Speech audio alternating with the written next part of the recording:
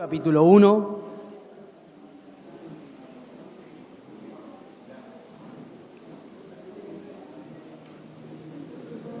Abrimos la palabra de Dios en 2 Timoteo, capítulo 1, versículo 8. Me gustaría que me acompañen a dar lectura. Y los invito a ponerse de pie.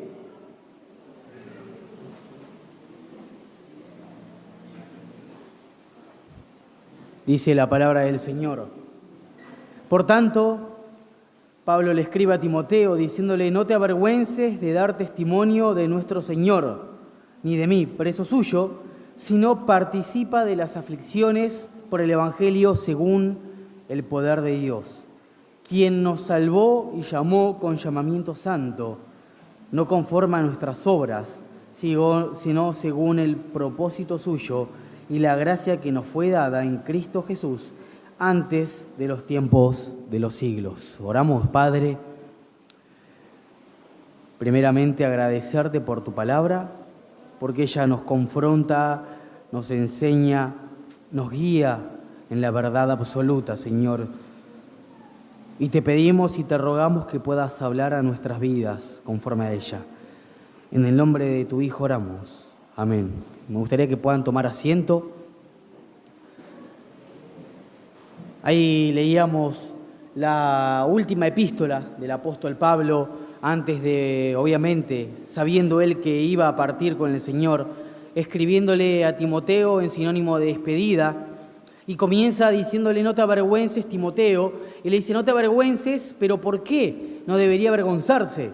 Y comienza a desarrollar, no solamente en el capítulo 1, versículo 8 en adelante, sino absolutamente en toda la epístola, desarrolla conceptos que provienen del Evangelio.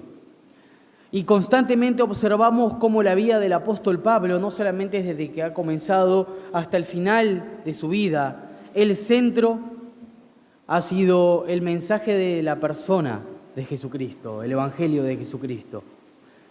Y algo interesante que podríamos mencionar es que este Evangelio obviamente proviene del concepto greco-romano de buenas noticias. Pero no solamente buenas noticias porque sí, sino que proviene de la idea de buenas noticias que cuando son anunciadas, aquellas personas que las creen y confían en esas buenas noticias, provocan un impacto en sus vidas, tienen una repercusión de manera positiva. Ahora, algo interesante que podríamos mencionar es que absolutamente todas las religiones del mundo tienen la idea de proveer o intentar proveer buenos consejos que puedan ayudar al hombre a conectarse con Dios a pesar de sus pecados, incluso intentar que de alguna manera puedan vivir una vida nueva. Les dice de esta manera: esta es la forma como deben vivir si quieres que te vaya bien. Sin embargo, el Evangelio, el cual el apóstol Pablo se aferraba y predicaba, es el anuncio de lo que Dios ya hizo en Cristo a favor de los hombres y mujeres que de ninguna manera hubiesen podido acercarse a Él por sus propios méritos. No se trata de un consejo, sino se trata de un anuncio. Primero deberíamos estar convencidos de que el Evangelio que predicaba el apóstol Pablo, el cual se aferraba, es el anuncio de un hecho histórico, pero también, además de esto, y también gira en torno a la obra de una persona. Porque claro, el pasaje del apóstol Pablo continúa y dice: pero que ahora ha sido manifestada, versículo 10, por la aparición de nuestro Salvador Jesucristo, el cual quitó la muerte y sacó a luz la vida y la inmortalidad por medio del Evangelio. El centro del mensaje que nosotros predicamos y nos aferramos es Jesucristo. Y todo esto que mencionamos, obviamente lo que provocaba en el apóstol Pablo y también lo que hacía era aconsejar a su discípulo amado Timoteo, era gozo en medio del sufrimiento a pesar de que éste sea inmerecido. Y es por eso que le dice: no te avergüences. Pero quisiera que nos detengamos solamente en el versículo 8 y el versículo 9. Porque comienza diciéndole: no te avergüences de dar testimonio de Jesucristo, nuestro Señor, ni de mí, sino participa, sé parte de las aflicciones y del sufrimiento por medio del Evangelio según el poder de Dios. Es decir, que el Evangelio que el apóstol Pablo predicaba y que nosotros predicamos y nos aferramos, no es según el poder de los hombres, sino que proviene del poder del Dios eternamente sabio y soberano. Pero el versículo 9 menciona algo hermoso, fundamental para nuestra fe cristiana. Dice, ¿quién este mismo Dios, por medio de su poder, nos salvó y llamó con llamamiento santo? Y aclara, no conforme a nuestras obras, sino según el propósito suyo.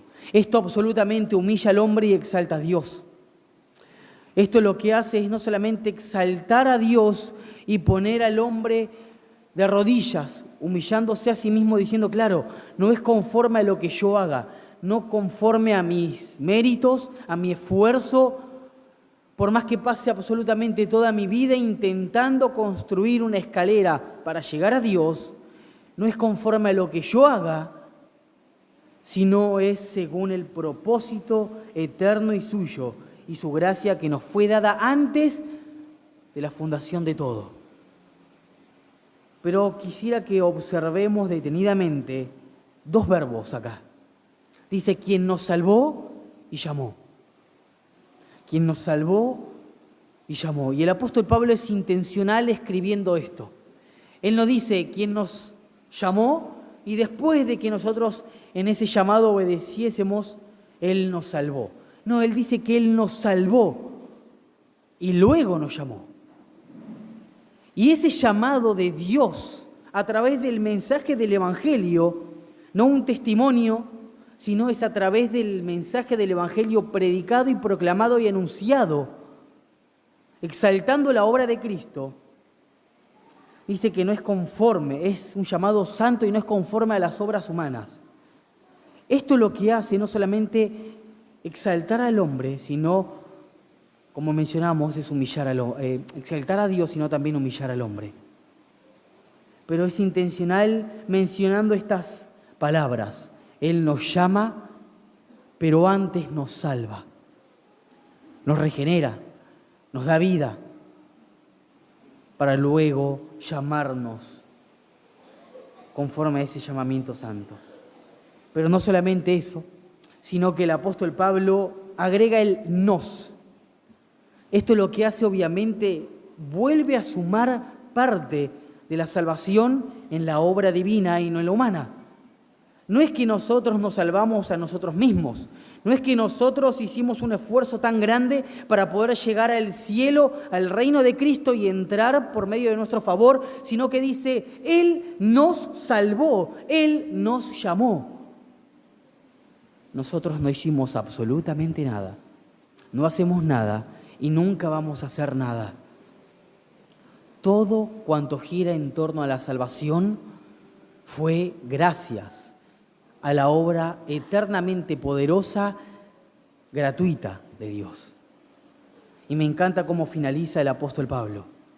Por lo cual, versículo 12, asimismo padezco esto, pero no me avergüenzo. ¿Por qué razón no se avergüenza el apóstol Pablo y no se avergonzaba? Porque yo sé a quién he creído y estoy plenamente convencido y seguro de que a esa persona a la cual yo he puesto mi fe es poderoso para guardar mi depósito para aquel día. No solamente no dependía del apóstol Pablo ni de Timoteo la salvación en el pasado, en la justificación, sino que tampoco dependía esa preservación, ese guardar, esa perseverancia. Si el creyente persevera, obviamente es porque podemos afirmar con total seguridad lo mismo que el apóstol Pablo. Estamos seguros de que Él es poderoso para guardarnos para aquel día. Entonces nos damos cuenta de que no solamente jamás hemos sido parte de la salvación en el pasado, sino que tampoco somos parte ahora. No hacemos nada. Todo lo que podemos hacer es solamente devolverla a Dios, forma de gratitud, lo que Él ya ha hecho, ya ha completado en nosotros. Predicamos una salvación que está completa, porque la persona la cual predicamos, Jesucristo, es eternamente perfecto. Predicamos una salvación completa, algo que ya ha sido completado, incluso que es poderoso para guardarnos para aquel día. Confiamos, nos aferramos, abrazamos este mensaje, lo vivimos y lo predicamos. Amén.